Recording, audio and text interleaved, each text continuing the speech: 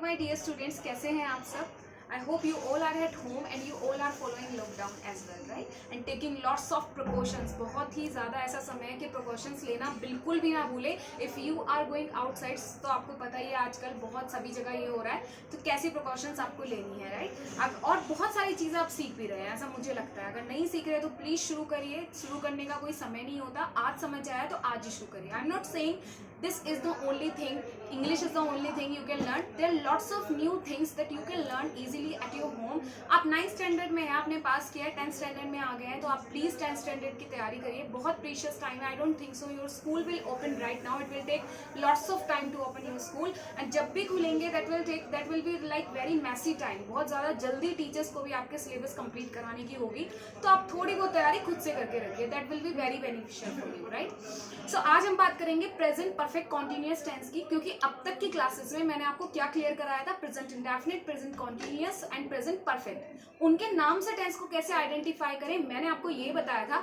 आज मैं आपको प्रेजेंट परफेक्ट कॉन्टिन्यूअस को भी नाम से, सिर्फ और सिर्फ इसके नाम से कंडीशन कौन सी होती है ये मैं आपको बताऊंगी, जिसमें आता है प्रेजेंट परफेक्ट कॉन्टिन्यूअस, जिसकी वजह से आप कभी भी इसको भूलेंगे नहीं। आई एम डैम श्योर काफी सारे बच्चे इसमें इतने कंफ्यूज रहते हैं कि यूज ही नहीं करते, क्योंकि लेंथी सेंटेंस हो जाता है तो यूज नहीं करते इसका जनरली।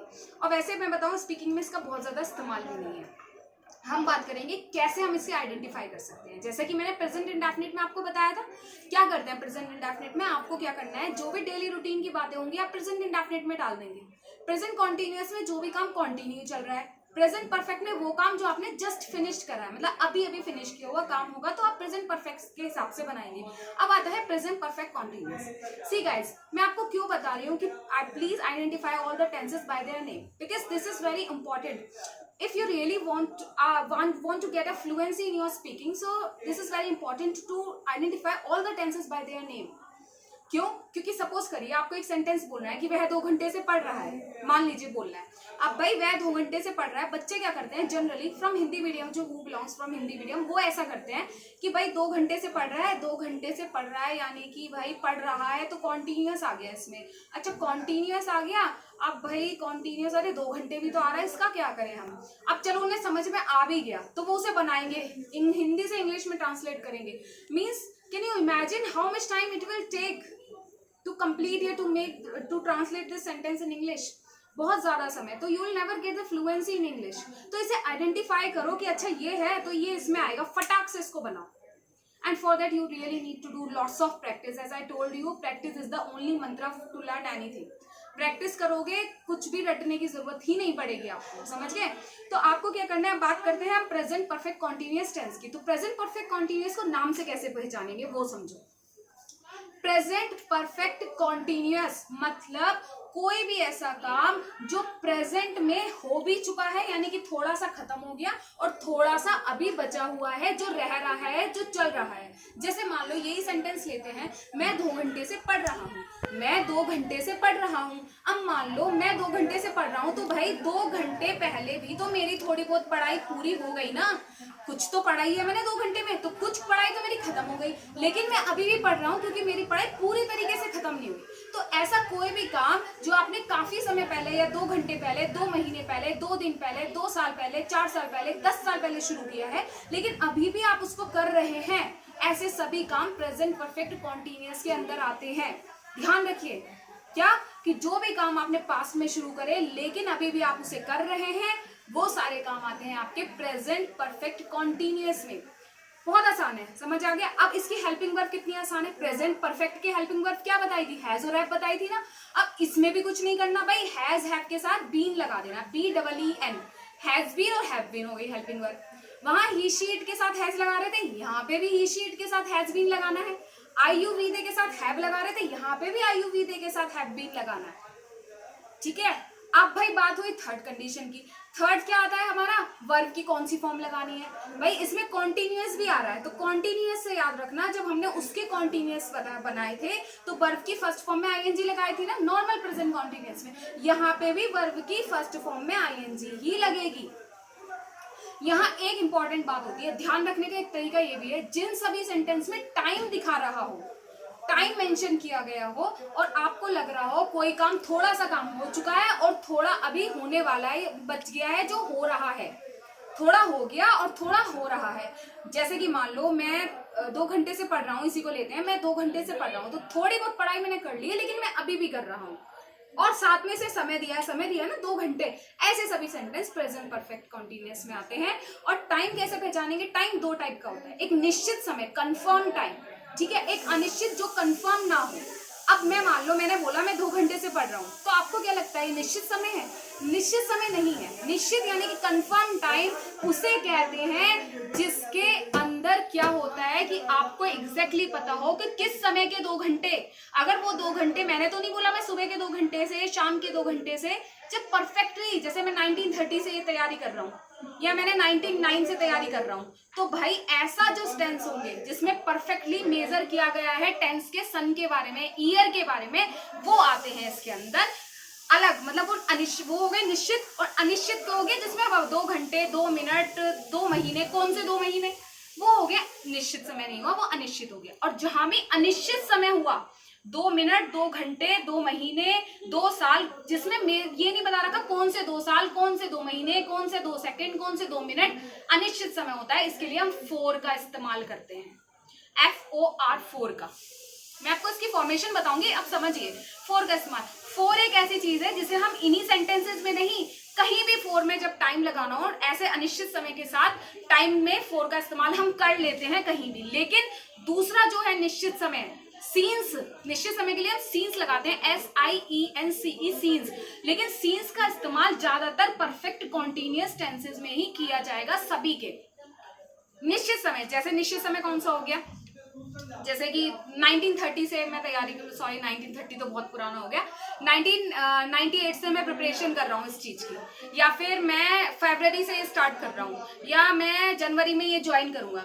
तो भाई ऐसे ये जो जनवरी फरवरी, या मैं सुबह से, भाई सुबह भी तो, सुबह तो एक ही होती है, ऐसे बार बार तो दिन में सुबह होती नहीं, तो ऐसे समय में सीन्स आएगा सेंटेंसेस के साथ, ठीक है ना। अब इसके बनाते कैसे हैं? चलो भाई, मैं 2 घंटे से पढ़ रहा हूँ, मैं यानी कि आई के साथ क्या आएगा? हैव बीन आएगा ना। आई हैव बीन पढ़ रहा हूं, पढ़ने को क्या बोलते हैं? स्टडी। स्टडी में लग गई हेल्पिंग वर्ब, स्टडी में क्या लगता है? वर्ब की फर्स्ट फॉर्म में आईएनजी, तो ये हो गया आई हैव बीन स्टडीइंग, ठीक है, आई हैव बीन स्टडीइंग। 2 घंटे से, अब मैंने बताया ना, मुझे नहीं पता कौन से समय के 2 घंटे से पढ़ रहे हैं आप, है ना, मेरे को नहीं पता, तो अनिश्चित समय हो गया। अनिश्चित समय के लिए फोर लगाते हैं हम, तो I have been studying for 2 hours। How easy is this? बहुत आसान है, समझिए। देखिए, English is only a language, कुछ भी नहीं है ये। This is only a language, it's depend on you कि कितना एफर्ट आप कर रहे हैं, कितनी मेहनत आप कर रहे हैं, कितनी कोशिश आप कर रहे हैं। कोई भी चीज इतनी मुश्किल भी नहीं होती तो आसान भी नहीं होती यार। आसान तो कुछ है नहीं, बहुत ज्यादा तरीके आसान हम बता सकते हैं, लेकिन आपको तैयारी खुद ही करनी पड़ेगी, तो प्लीज कोशिश करिए। समझ रहे हैं आप? आई होप आपको समझ में तो आ गया होगा। अब मैं नोट्स के साथ आपको बताऊंगी, लेकिन मैं आपको बता दूं, आज के नोट्स मेरे सेल्फ प्रिपेयर्ड नोट्स नहीं है। Be very loyal, because of some technical issues in my laptop I didn't even made the notes and make the notes because of some issues. So आज मैंने नोट्स कॉपी किए हैं, copy in the sense I didn't copy that, I just downloaded the notes, तो मैं आपको उनसे पढ़ाऊंगी। This is also very good, काफी अच्छे हैं, you will understand easily with that too, तो मैं उससे आपको समझाऊंगी आज, ठीक है ना। चलिए नोट्स से समझ लेते हैं फटाफट।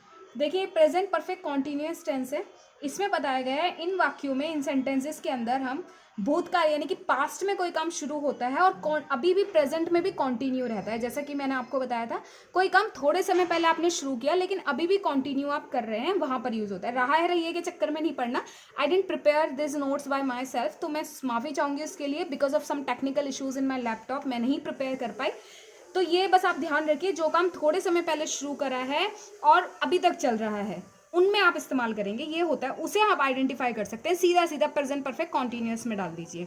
अब भाई क्या, ही शी इट जो होते हैं हमारे, ही शी इट जो होते हैं उनके साथ हम हैज़ बीन का इस्तेमाल करते हैं, ही शी इट हैज़ बीन का इस्तेमाल करते हैं, और वर्ब की फर्स्ट फॉर्म में लगाते हैं आईएनजी। पहला रूल है ये, बहुत आसान सा है। सेकेंड रूल देखते हैं, यू वी दे और आई होगा तो उसमें हम हैव बीन लगाते हैं और वर्ब की फर्स्ट फॉर्म में आईएनजी लगाते हैं, जैसे कि मैंने बताया।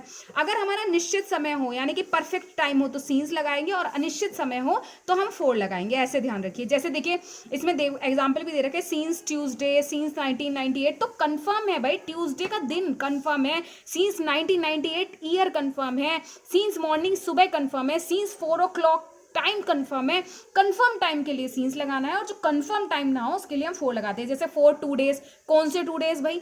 4 3 months, कौन से 3 months? 4 5 hours, कौन से 5 hours? ऐसे करके। राम इस किताब को 2 घंटे से पढ़ रहा है। Ram has been reading this book for 2 hours। Ram यानी कि कौन हो गया भाई? उसमें आ गया, ही शीट और नेम वाले में आ गया, तो राम उसमें आ गया। राम के साथ क्या हो गया? हैज बीन लगेगा, पढ़ रहा है, पढ़ने को रीड बोलते हैं, रीड में लगाया आपने ING. This books for 2 hours, 4 2 hours कौन से 2 घंटे हमें नहीं पता, इसलिए 4 लगाएंगे। लड़की सुबह से सो रही है, तो the girl has been sleeping since morning. मतलब how simple is this, see बहुत सिंपल सेंटेंसेस है। मैं सुबह 5 बजे से कपड़े धो रहा हूँ। I have been washing clothes since 5 in the morning। कितने बजे से? 5 बजे से कपड़े धो रहा हूँ, ठीक है। तो आई के साथ हैव बीन आता है, धोने को बोलते हैं वॉश, वॉश में लगाया आईएनजी। कपड़े यानी कि क्लॉथ, कितने बजे से धो रहा हूँ भाई? Scenes 5 in the morning। क्यों? क्योंकि कन्फर्म है 5 बजे सुबह के उसने बोला है, इसलिए। नेगेटिव सेंटेंसेस में आप क्या करते हैं? हैज़ और बीन के बीच में नोट लगाएंगे। ध्यान रखिएगा, हैज़ और बीन जितनी भी डबल फॉर्म्स होती है ना हमारी, हैज़ बीन हो गया, या आगे भी आएंगी विल हैव हो गया, या इन सब में होगा, तो आपको क्या करना है?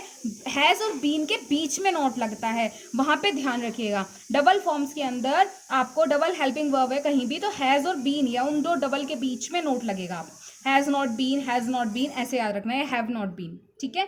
इंटेरोगेटिव सेंटेंसेस तो आपको पता ही है कौन से होते हैं, यस या नो वाले होंगे, और यस या नो वाले नहीं होंगे तो दूसरे होंगे।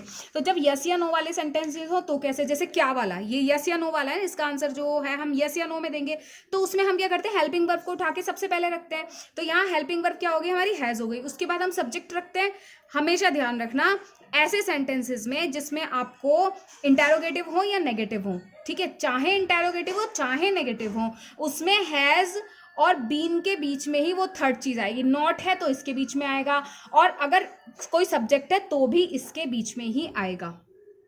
समझ गए? नॉट है तो भी बीच में आएगा, कोई सब्जेक्ट है तो भी बीच में आएगा। जैसे has he been doing this work for 3 hours, क्या वह अपना काम 3 घंटे से कर रहा है? तो has he been doing his work for 3 hours, क्या वे मेरी सहायता कई सालों से कर रहे हैं? तो क्या वे को बोलते हैं दे क्या हो गया आपका? दे के साथ क्या आएगा? हैव बीन आएगा। तो हैव फिर आ गया, फिर वही मैंने बोला सब्जेक्ट बीच में आएगा, फिर बीन, फिर हेल्पिंग, मदद कर रहे हैं, यानी कि मी, किसकी? मेरी, फॉर मैनी ईयर्स, ठीक है। अब इस पर थोड़ा फोकस कर लो आप। और अगर इनके साथ आप नेगेटिव आएगा तो देखो नेगेटिव में क्या करते हैं? हैव आई, फिर नोट लगाए, फिर बीन लास्ट में लगाना है आपको।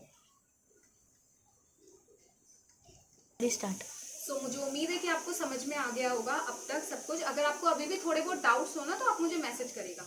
लाइक शेयर सब्सक्राइब प्लीज करिएगा, क्योंकि आपका एक सब्सक्रिप्शन मुझे मोटिवेशन देता है बहुत ज्यादा। लाइक करिए। अगर आपको लगता है कि कुछ सुधार की जरूरत है इसमें तो वो भी आप मुझे बता सकते हैं, कमेंट करिए मुझे, so that I will improve a lot and I will come with the lots of improvement as well.